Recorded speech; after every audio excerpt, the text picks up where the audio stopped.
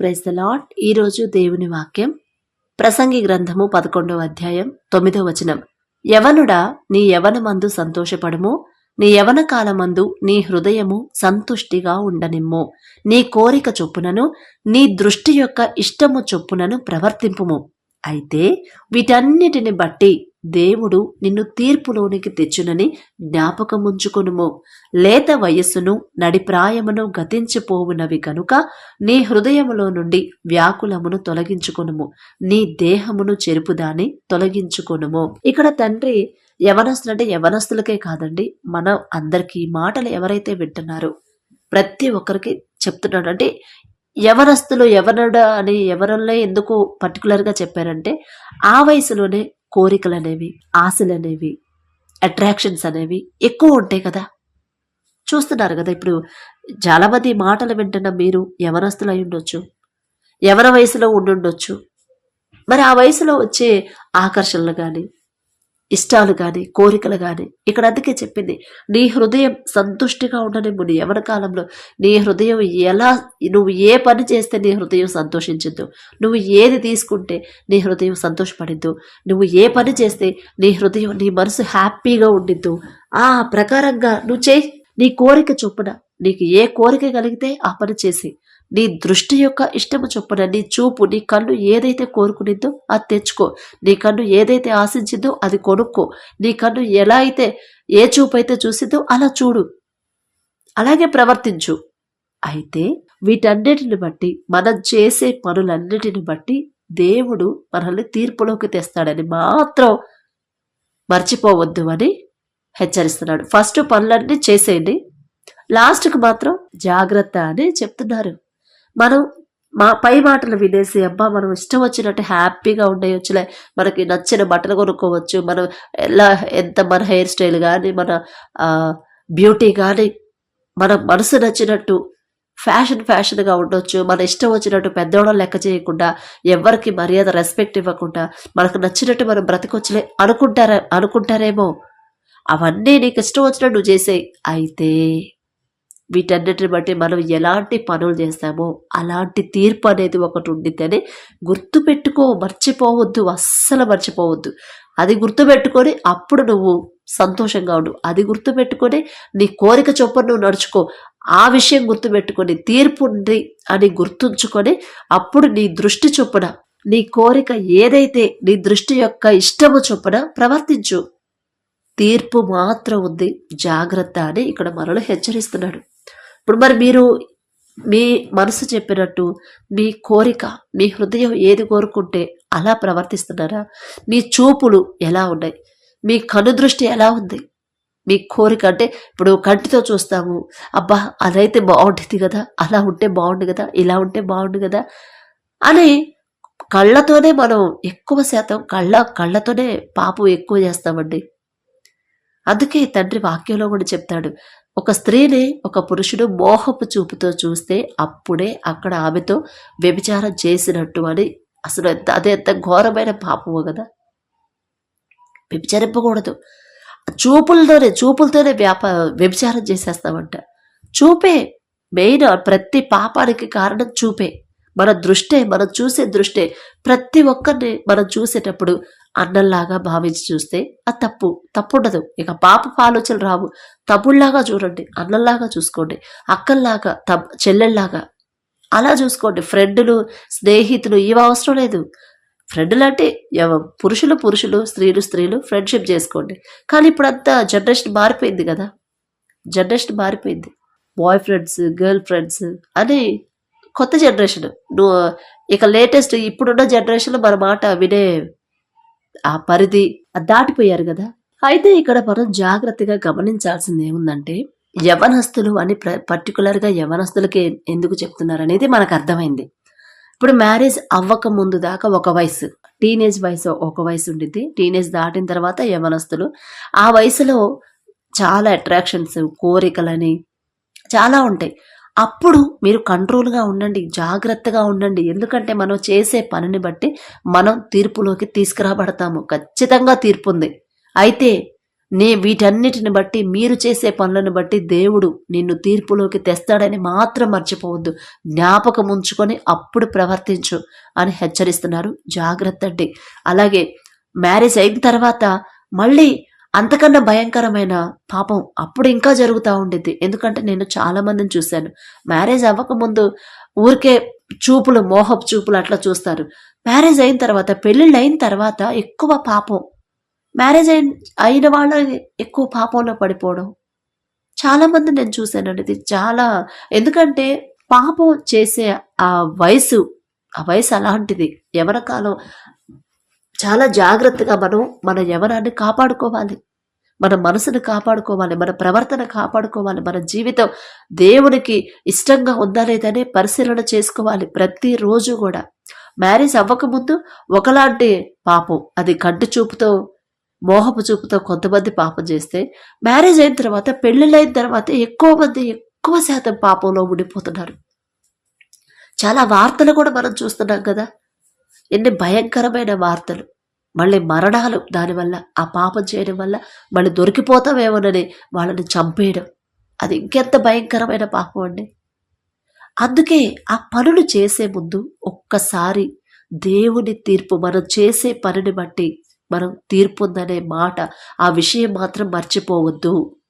మనం మంచి చేస్తే తీర్పులోకి తీసుకురావడం, కానీ దేవునికి వ్యతిరేకంగా, వాక్యానికి వ్యతిరేకంగా మన మనసు నచ్చినట్టు, నీ హృదయం సంతుష్టిగా ఉండనివ్వు, నీ కోరిక చొప్పున మనం ఎలాంటి కోరికలైనా సరే, అది మంచిదైనా చెడుదైనా, మంచి కంటే తక్కువ చెడు కోరికలే ఎక్కువ వస్తాయి, చెడ్డ కోరికలే మనకు ఎక్కువ వస్తాయి, చెడ్డ ఆలోచనలే ఎక్కువ వస్తాయి, చెడు చూపులే ఎక్కువ ఉంటాయి. అవన్నీ ఒకవేళ ఇప్పుడు నిన్ను గద్దిస్తున్నా కూడా నువ్వు లెక్క చేయట్లేదు, నీకు మనసుకు నచ్చినట్టు నువ్వు ప్రవర్తిస్తున్నావు. సరే, నీ ఇష్టం, ప్రవర్తించు, నీ ఇష్టం వచ్చినట్టు, నీకు మనసుకు నచ్చినట్టు నువ్వు చేసుకో. అయితే వాటన్నిటిని బట్టి తీర్పు ఉందని మాత్రం మర్చిపోవద్దు. జాగ్రత్త అని తండ్రి మనల్ని హెచ్చరిస్తున్నాడు, గద్దిస్తున్నాడు. ఒకసారి ఆలోచించుకోండి, మరి మీ జీవితం ఎలా ఉంది? ఈ మాటలు వింటున్న మీ జీవితం ఎలా ఉంది? మీరు ఎలా ప్రవర్తిస్తున్నారు? ఎలా చూస్తున్నారు? ఎలాంటి పనులు చేస్తున్నారు? మీ క్రియలు ఎలా ఉన్నాయి? మీ మాట ఎలా ఉంది? మీ చూపు, మీ జీవితం ఎలా ఉంది? మీ దృష్టి ఎలా ఉంది? మీ హృదయం ఎలా ఉంది? జాగ్రత్త అండి. ఎందుకంటే మనం బ్రతికున్నంత వరకే దేవుని కృప చొప్పున తండ్రికి దగ్గర అవ్వగలం. మన ప్రాణం ఉన్నంత వరకే మనం దేవుడికి దగ్గర అవ్వాలన్నా, దూరం అవ్వాలన్నా. ఇక ప్రాణం పోయిన తర్వాత ఏది ఉండదు కదా. అక్కడ భూమి మీద ఏం జరుగుతుందో వాళ్ళకు తెలియదు. అక్కడ సుఖమా, కష్టాలు పడుతున్నారా, మరణించిన వాళ్ళు చూస్తారా? చూడరు కదా. మన ప్రాణం ఉన్నంత వరకే దేవుడికి ఇష్టంగా జీవిస్తేనే అప్పుడు మనం దేవునితో ఉంటాము. దేవునికి ఇష్టంగా జీవించకపోతే ఒక పక్క మనల్ని గద్దిస్తున్నాడు తండ్రి, ఒక పక్క మనల్ని హెచ్చరిస్తున్నాడు, సరి చేసుకోమని చెప్తున్నాడు ప్రతిరోజు. అయినా సరే తీర్పు ఉందమ్మా, తీర్పుంది, జాగ్రత్త జాగ్రత్త జాగ్రత్త అని మనల్ని జాగ్రత్తలు చెప్తున్నా కూడా మనం లెక్క చేయకుండా, మన మనసుకు నచ్చినట్టు, మన హృదయం చెప్పినట్టు, మన కోరిక చొప్పున, మన చూపులను బట్టి, మన మనసులో వచ్చే కోరికలను బట్టి ఆ ప్రకారంగా మనం నడుచుకుంటే ఖచ్చితంగా తీర్పులోకి వస్తామో. తీర్పులోకి వచ్చిన తర్వాత ఆ పనిష్మెంట్ ఎంత భయంకరంగా ఉండిందో మనకు తెలుసు. చాలా మంది దైవజనులు ప్రతి వారం, చాలా వారాలు, చాలా సంవత్సరాల నుంచి ఆ తీర్పు తర్వాత వచ్చే ఆ పనిష్మెంట్ ఎంత భయంకరంగా ఉండిందో, అగ్ని ఆరదు, పురుగు చావదు అని చెప్తానే ఉన్నారు. అయినా సరే భయం లేకుండా ప్రవర్తించారు అంటే ఖచ్చితంగా ఇక మనం అగ్నిలోకి, నరకానికే వెళ్ళిపోతామని ఆలోచించుకోండి. మీ క్రియలు నేను చూడట్లేదు, మీ మాట నేను వినట్లేదు, మీ చూపులు ఎలా ఉన్నాయి నాకు తెలియదు, మీ నడక ఎలా ఉంది నాకు తెలియదు, మీరు ఎలా ప్రవర్తిస్తున్నారు నాకు తెలియదు. కానీ ప్రతి ఒక్కరి మీద దృష్టి పెట్టి జాగ్రత్తగా పరిశీలన చేసే మన తండ్రి ఆకాశ సింహాసనం మీద ఆసీనులై కూర్చొని తండ్రి చూస్తున్నాడు మన వైపు. చూడట్లేదు అని మీరు అనుకోవద్దు. రహస్యమందు మనం పాపం చేసినా కూడా ఆ పాపాలు కూడా తండ్రికి కనపడతాయి కదా, తండ్రికి మాత్రమే కనపడతాయి. 4 గోడలే కదా, ఎవరు లేరు కదా, ఎవరు చూడట్లయితే మా ఇద్దరం మేము చేసే పాపం అని చేస్తారేమో, ఒకవేళ పాపం చేస్తున్నారేమో. జాగ్రత్త, తండ్రి చూస్తున్నాడు మిమ్మల్ని. యోసేపు అందుకే భయపడ్డాడు. అమ్మా, ఇక్కడ ఎవ్వరూ లేకపోవచ్చు, ఒక్క మనిషి కూడా ఇక్కడ లేకపోవచ్చు, చూడకపోవచ్చు, కానీ నా తండ్రి ఉన్నాడు, నా తండ్రి చూస్తానే ఉంటాడు. నా తండ్రి చూస్తా ఉన్నప్పుడు నా తండ్రికి ఇష్టం లేని పని చేసి నేనెలా తండ్రి దగ్గరికి మరలా నేను వెళ్ళగలను? నేను దోషిని అవ్వాలని నా తండ్రి దగ్గర, వద్దమ్మా అని పరిగెత్తుతాడు అసలు పాపం చేయకుండా. అలా నడుచుకోవాలి మనం. అలాంటి మనసు, అలాంటి గుణం, అలాంటి ప్రవర్తన మనం కలిగి ఉండాలి. అందుకే తండ్రి యోసేపును వదిలిపెట్టలేదు. ఫ్యామిలీ అన్నలు అందరూ ద్వేషించారు, 10 మంది అన్నలు ద్వేషించారు. తండ్రి చేత విడిచిపెట్టబడ్డాడు, తండ్రికి దూరం అయిపోయాడు. ప్రాణానికి ప్రాణంగా ప్రేమించే తండ్రి నుంచి దూరం అయిపోయాడు, ఒంటరి వాడైపోయాడు. అయినా సరే సృష్టికర్త వదిలిపెట్టాడా? వదిలిపెట్టలేదు. ఎందుకు వదిలిపెట్టలేదంటే తండ్రికి భయపడి నడుచుకున్నాడు. పాపం చేసే అవకాశం వచ్చింది. ఆయనకి ఎంజాయ్ చేయొచ్చు. యవనస్తుడు, సుందరాకుడు, మంచి అందగాడు. మరి ఆ వయసులో అంత హ్యాండ్సమ్, అంత అందంగా ఉన్న ఆ యోసేపుకి మరి కోరికలు ఉండవా? ఉంచుకోకూడదు అని వాక్యం చెప్పి తండ్రి చెప్పాడు కాబట్టి ఆ కోరిక చొప్పున నడుచుకోకూడదు, కోరిక చొప్పున ప్రవర్తించొద్దు, ఎందుకంటే తీర్పుంది అని తండ్రి మాట చొప్పున, తండ్రి మాటకు భయపడ్డాడు కాబట్టి పారిపోయాడు. అసలు పారిపోయాడు. అయినా సరే జైల్లోనే పెట్టబడ్డాడు. జైల్లో ఉంచాడు కదా అని తండ్రి చెయ్యి వదిలిపెట్టాడా? వదిలిపెట్టలా. జైలు అధికారికి యోసేపు మీద దయ పుట్టించాడు. అరే నేను ఆ తప్పు నేను చెయ్యను అంటే వాళ్ళు తీసుకెళ్తున్నారు, నేను చెయ్యను, నేను మీతో రానురా, నన్ను దూరం పెట్టినా పర్లేదు, నేను రానురా అని మీ ఫ్రెండ్స్ ఒకవేళ ఏదైనా పని చేయడానికి బలవంత పెట్టారు. అది దేవుడికి విరుద్ధం, వాక్యానికి విరుద్ధం. అరే వద్దురా, నేను రానురా, వద్దు, అలా వచ్చానంటే ఖచ్చితంగా నాకు పనిష్మెంట్ ఇస్తాడు దేవుడు. ఇప్పుడు మనుషులు ఇచ్చే పనిష్మెంట్ అయితే చాలా తక్కువ, కొంచెమే పనిష్మెంట్. కానీ దేవుడిచ్చే పనిష్మెంట్ శాశ్వతమైన పనిష్మెంట్ వచ్చింది. వద్దయ్యా బాబు అని మీరు భయపడండి. మీ ఫ్రెండ్స్ అందరూ మీకు దూరం అయిపోయినా మళ్ళీ వాళ్ళు మీతో కలవను అని వాళ్ళు పెట్టినా సరే. కాబట్టి జాగ్రత్తగా ఉండండి. ఎవరు చూడట్లేదు అని మాత్రం తప్పులు మాత్రం చేయకండి. ఎవరు చూసినా చూడకపోయినా రహస్యమందున్న మన తండ్రి దృష్టి ఎప్పుడు మన మీదే ఉండిద్ది. ఆయన బిడ్డలుగా మనం తప్పు చేయకూడదు, తప్పుగా ప్రవర్తించకూడదు. మన కోరిక చొప్పున, మన మనసుకు నచ్చినట్టు అందరూ చేస్తున్నారులే, అందరూ చేసినప్పుడు అది తప్పు కాదులే అనుకోవద్దు. 100 మంది చేసినా 1000 మంది చేసినా అది తప్పు అంటే తప్పే. బైబిల్కు విరుద్ధం అంటే అది తప్పే. దేవునికి తండ్రి ఇష్టపడతాడా? ఇప్పుడు ఒక పని చెయ్యొద్దన్నాడు, ఆ పని 100 మంది 1000 మంది చేసినా సరే తండ్రి యాక్సెప్ట్ చేస్తాడా? చెయ్యడు. ఖచ్చితంగా కొట్టిపారేస్తాడు. వాళ్ళు నడుస్తున్నారని, వాళ్ళు ప్రవర్తిస్తున్నారని వాళ్ళని చూసి మనం వాళ్ళలాగా మనం లోకాన్ని ఫాలో అవ్వద్దండి. మనకంటూ ఒక డిసిప్లిన్ ఉంది, మనకంటూ జాగ్రత్తలు ఉన్నాయి, మనకంటూ కొన్ని కండిషన్స్ ఉన్నాయి. తండ్రి మనకంటూ కొన్ని రూల్స్ అండ్ రెగ్యులేషన్స్ పెట్టాడు. ఆ ప్రకారంగా నడుచుకుంటేనే మనం శాశ్వతమైన జీవితాన్ని మనం పొందుకోగలం, శాశ్వతమైన ఆనందం మనం పొందుకోగలం. కానీ ఇప్పుడు మనం అట్లా చేయట్లేదు, అలా ఉండలేకపోతున్నాం ఈ కాలంలో, మరి ఈ జనరేషన్లో. మళ్ళీ తప్పు చేసి కూడా అది కామన్ అంటున్నారు. అది తప్పు కాదు, అది కామన్ అంట. ఏంటి కామన్? తప్పు కామన్గా అందరు చేస్తారని తప్పు ఒప్పైపోయిద్దా? యవన కాలంలో చాలా జాగ్రత్తగా నడుచుకోండి. చూపు వల్ల పాపం చేస్తే చూపు ఏదన్నా తప్పుడు చూపు చూస్తుంటే వెంటనే తండ్రి పాదాల దగ్గరికి వెళ్ళి క్షమాపణ అడగండి. అయ్యా నేను లోకంలో పడిపోతున్నాను, అపవాది చేతిలో బందీ అవుతున్నానేమో, దయచేసి నా చేయి విడిచిపెట్టొద్దయ్యా, నేను లోకంలో పడిపోతున్నానని తండ్రి పాదాలు పట్టుకోండి. ఖచ్చితంగా మిమ్మల్ని సరిచేస్తాడు. అపవాది చేతిలో పడనివ్వడు. యోసేపుని కాపాడాడు తండ్రి, మిమ్మల్ని కాపాడతాడు. తండ్రి పక్షపాతి కాడండి. మనం భయపడాలి, ప్రతి విషయంలో భయపడాలి. తప్పు చేయడానికి భయపడాలి. ఇక తప్పు చేయకుండా దేనికి భయపడక్కర్లా, మనుషులకి కానీ ఎవ్వరికి భయపడక్కర్లా. తప్పు చేయనప్పుడు, తప్పు చేయాల్సి వస్తే అది దేవుని వాక్యానికి విరుద్ధంగా తప్పు ప్రవర్తించాల్సి వస్తే, ఆ పని చేయాల్సి వస్తే అప్పుడు భయపడండి. భయపడి ప్రవర్తించండి, భయపడి నడుచుకోవాలి, భయభక్తులు కలిగి ఉండాలి. వాక్యం చదువుకొని ధ్యానించి విడిచిపెట్టొద్దండి. ఏదైనా పని, ఏదైనా ఆ తప్పు, ఆ పని చెయ్యొద్దు అని బైబిల్లో ఉన్నప్పుడు అదే పని చేయాల్సి వచ్చినప్పుడు అప్పుడు భయపడండి, ఆ పని చెయ్యొద్దు. అందరు కాలేజీలు అందరూ చేస్తున్నారులే, నేను ఒక్కడే చేస్తే తప్పేంటి అనుకోవద్దు. వాళ్ళు చేసినా సరే మనం సపరేట్. తండ్రి దృష్టిలో మనం స్పెషల్. కాబట్టి జాగ్రత్తగా ఉండండి. మా కోరిక చొప్పున నేను నడుచుకుంటాలే, నా మనసుకు నచ్చినట్టు నడుచుకుంటాలే, నా సొంత ఆలోచన ప్రకారం నేను నడుచుకుంటాలే. మరి అందరూ అన్ని కోరికలన్నీ చంపుకొని ఎట్లా ఉండాలి అనుకుంటారేమో, మీ ఇష్టం. అట్లా కోరికలన్నీ చంపుకొని ఉండాలంటే, మనకంటూ మంచి లైఫ్ కావాలంటే ఖచ్చితంగా ఆ కోరికలు అనేవి అన్ని అట్రాక్షన్స్కి గురి కాకుండా మనల్ని కాపాడుకోవాలి. మన శక్తి, మన బలం సరిపోనప్పుడు తండ్రి సహాయం అడగాలి.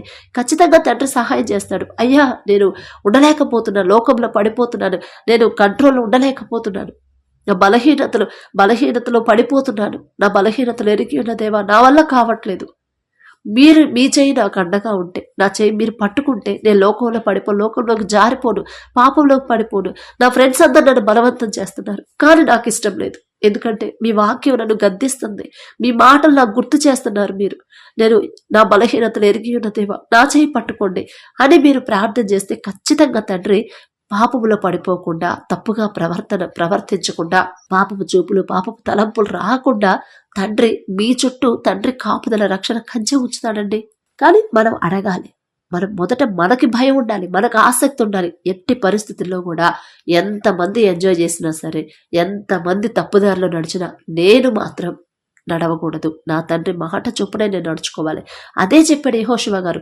మీరంతా ఎటైనా పోండి, ఎవరినైనా పూజించండి, నేను నా కుటుంబం మాత్రం యెహోవానే సేవించదము అని యెహోషువ మనస్ఫూర్తిగా చెప్పాడు. కాబట్టే అందరికన్నా యెహోషువని తండ్రి ఆశీర్వదించాడు, ముందుండి నడిపించాడు. మోషే గారి తర్వాత ఆ అధికారం యెహోషువ గారికి ఇచ్చాడు. మరి ఎంత గొప్ప ధన్యత పొందుకున్నాడు. మరి సిస్టర్, మరి ఇవన్నీ నేను అన్ని కంట్రోల్ చేసుకొని ఏ ఎంజాయ్మెంట్ లేకుండా లైఫ్లో అంత సాడ్గా ఎలా ఉండాలి, అన్ని కోరికలన్నీ చంపుకొని నేను ఎలా ఉండాలి, మరి ఉన్నందుకు నాకేమైనా ఉపయోగం ఉండిద్దా అంటే ఖచ్చితంగా ఉండిద్ది. ఖచ్చితంగా యెహోషువ ఎలాగైతే మీరు ఎంజాయ్ చేస్తున్నారు, తాగి తిని మీరు ఇష్టం వచ్చినట్టు ప్రవర్తిస్తున్నారు, మీరు చేయండి. నేను నా కుటుంబం మాత్రం మీరు చేసినట్టు నేను చెయ్యను. అల్లరితో కూడిన ఆటపాటలు నా తండ్రికి ఇష్టం లేదు, మేము చెయ్యం. తాగుతున్నారు తాగుబోతులు అట్లా తాగడం నా తండ్రికి ఇష్టపడదు, నేను చేయను. విగ్రహారాధన నేను చేయను అని యెహోషువ తన కుటుంబాన్ని తన్ను కాపాడుకున్నాడు, తన కుటుంబాన్ని కూడా కాపాడుకున్నాడు. అలానే తండ్రి విడిచిపెట్టాడా? అందరికన్నా యెహోషువ గారినే హెచ్చించాడు. మనం అన్ని కంట్రోల్ చేసుకుంటున్నాము, నేను జాగ్రత్తగా ఉన్నా కూడా మరి నాకే సహాయం లేదు, నాకు ఏ సంతోషం లేదు అనుకుంటారేమో.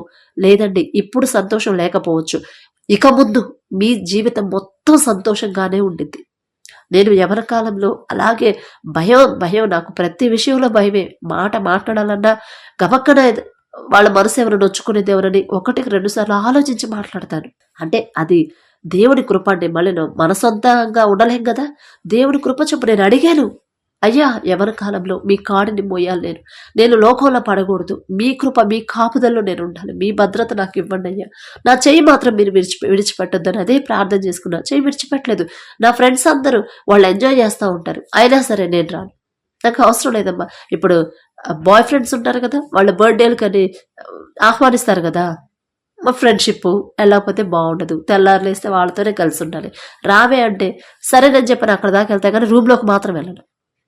అక్కడికి వెళ్ళను, బర్త్డే జరిగే దగ్గరికి వెళ్ళను, బయటే ఉంటాను, నేను దూరంగానే ఉంటా. అమ్మ నాకు సంబంధం లేదు, నేను అక్కడ దాకా లోపలికైతే నేను రాను, దూరంగా ఉంటాను. ఎంతసేపు అయినా సరే నేను బయట వెయిట్ చేస్తాను, మీరు కంప్లీట్ చేసుకొని రండి, కలిసి ఇంటికి వెళ్ళిపోదాం అని చెప్పారండి. వెళ్ళను. ఎందుకంటే అక్కడ మా అమ్మ నాన్న వాళ్ళు చూడకపోవచ్చు, తెలిసిన వాళ్ళు ఎవరో అక్కడ చూడకపోవచ్చు, కానీ నా తండ్రి చూస్తూ ఉంటాడు. నా తండ్రి ఎప్పుడు తండ్రి దృష్టి మన మీదే ఉండిద్ది అని భయపడి మనం ప్రవర్తించాం. అలా ఉండబట్టే తండ్రి కృప ఎప్పుడు నాకు తోడుగానే ఉందండి. ఏ పరిస్థితి వచ్చినా సరే నాకు ధైర్యం ఇస్తూ ఉంది. ఇప్పుడు మ్యారేజ్ విషయంలో కానీ, తర్వాత కానీ, బిడ్డల విషయంలో కానీ నేను అడిగిన ప్రతిదీ నేను పొందుకున్నానంటే మొదట నేను జాగ్రత్తగా నడుచుకున్నాను, జాగ్రత్తగా ప్రవర్తించాను, భయపడి నడుచుకున్నాను. దేవుని ఎడల భయభక్తులు కలిగి ఎలా ఉండాలో తండ్రిని అడిగాను, నాకు నేర్పించాడు తండ్రి దృష్టి నా మీద నుంచి తొలగనివ్వద్దన్నాను, తొలగనివ్వలేదు. అందుకే నేను ఏది అడిగినా నాకు ఇస్తున్నాడని మీకు చాలా వీడియోలో చెప్పాను. నేను ఏది అడిగితే దానికి సమాధానం వచ్చింది ఖచ్చితంగా. మీరు అడగండి, మీరు ఉండండి, అట్లా మీరు జాగ్రత్తగా నడుచుకోండి. లోకంతో ఒకళ్ళతో మనకు సంబంధం లేదు, మన ఇంట్లో వాళ్ళైనా సరే దారి తప్పిపోతూ ఆ దారిలోకి మనల్ని రమ్మంటే నేను రాను, నాకొద్దు, నాకు అవసరం లేదేమో, మీరు వెళ్ళండి అని మీరు ఎప్పుడైతే మీరు గట్టిగా ఫిక్స్ అవుతారో, గట్టిగా స్థిరంగా నిలబడగలుగుతారో ఖచ్చితంగా మీ జీవితం మీరు ఊహించని దానికంటే ఇంకా ఆశీర్వాదకరంగా తండ్రి మారుస్తాడు. మీరు అడిగే ప్రతిదీ కూడా తండ్రి ఏర్పాటు చేస్తాడు. ఎందుకంటే తండ్రి మాట చొప్పున మనం నడుచుకుంటున్నాం, అది తండ్రికి ఇష్టం. అసలు కాబట్టి అలాంటి హృదయం ఇవ్వమని తండ్రిని అడుగుదాం. దయచేసి అందరు కళ్ళు మూసుకోండి. కృపగల దేవా మీకే స్తోత్రం, రాజాది రాజా మీకే స్తోత్రం, దేవాది దేవా మీకే స్తోత్రం నా తండ్రి. వాక్యం ద్వారా మమ్మల్ని మరొకసారి గద్దిస్తున్న దేవా మీకే స్తోత్రం నా తండ్రి. మరి యవనస్తులు నా ప్రభా, ఎంతో మంది యవన కాలంలో పడిపోతున్నారు నా తండ్రి, జారిపోతున్నారు నా ప్రభా, లోకాన్ని వెంబడిస్తున్నారు. అందుకే నా తండ్రి మీరు గద్దిస్తున్నారు. అమ్మా ఇదిగో యవనస్తుడా, నువ్వు ఎంజాయ్ చేస్తున్నావు, నీ ఇష్టం వచ్చినట్టు నువ్వు ప్రవర్తిస్తున్నావు. అయితే ఒకరోజు దేవుని తీర్పులోకి నువ్వు తీసుకురాబడతావు జాగ్రత్త అని మరి గద్దిస్తున్న దేవా మీకే స్తోత్రం. మీరిచ్చిన జాగ్రత్త నా ప్రభ, మీ గద్దింపు నా తండ్రి బిడ్డలు గ్రహించుకొని నా ప్రభ మరి భయపడి నా తండ్రి వారి ప్రవర్తన, వారి జీవితాన్ని, వారి పాపపు జీవితాన్ని విడిచిపెట్టి నా తండ్రి భయభక్తులు కలిగి మీ పాదాల దగ్గర పశ్చాత్తాపపడే హృదయాన్ని బిడ్డలకి ఇవ్వండి నా ప్రభ. ఎట్టి పరిస్థితుల్లో కూడా మీ వాక్యం నుండి నా తండ్రి తప్పిపోయే పరిస్థితి బిడ్డలకు రానివ్వద్దు నా తండ్రి. అది తప్పు చేయాల్సిన పరిస్థితి వస్తే మీరే బిడ్డలకు అండగా ఉండండి. తప్పు చేసే ఆ ఆలోచన బిడ్డలకు రానివ్వద్దు నా తండ్రి. ఆ పరిస్థితి నుంచి మీరే తప్పించమని అడుగుచున్నాం నా ప్రభ. మాకైతే అది అసాధ్యమే నా తండ్రి. మా సొంత తెలివితో, మాకున్న బలంతో నా ప్రభ బలహీనులం నా తండ్రి. మా బలహీనతలు ఎరిగి ఉన్నదేవా, మరి మా బలహీనతలు ఎరిగి ఉన్నది. పాపంలో పడకుండా నా ప్రభ మీ బలాన్ని మాకు అనుగ్రహించి పాపం చేయకుండా నా తండ్రి జాగ్రత్తగా ఎలా ప్రవర్తించాలో మీరే మాకు నేర్పించమని, మా హస్తాలు నా తండ్రి లోకంలో పడిపోకుండా మా చేయి పట్టుకోమని అడిగే అర్హత, పొందుకునే అర్హత లేని వాళ్ళం అయినా సరే యేసు నామములో అడుగుచున్నాము తండ్రి. ఆమేన్.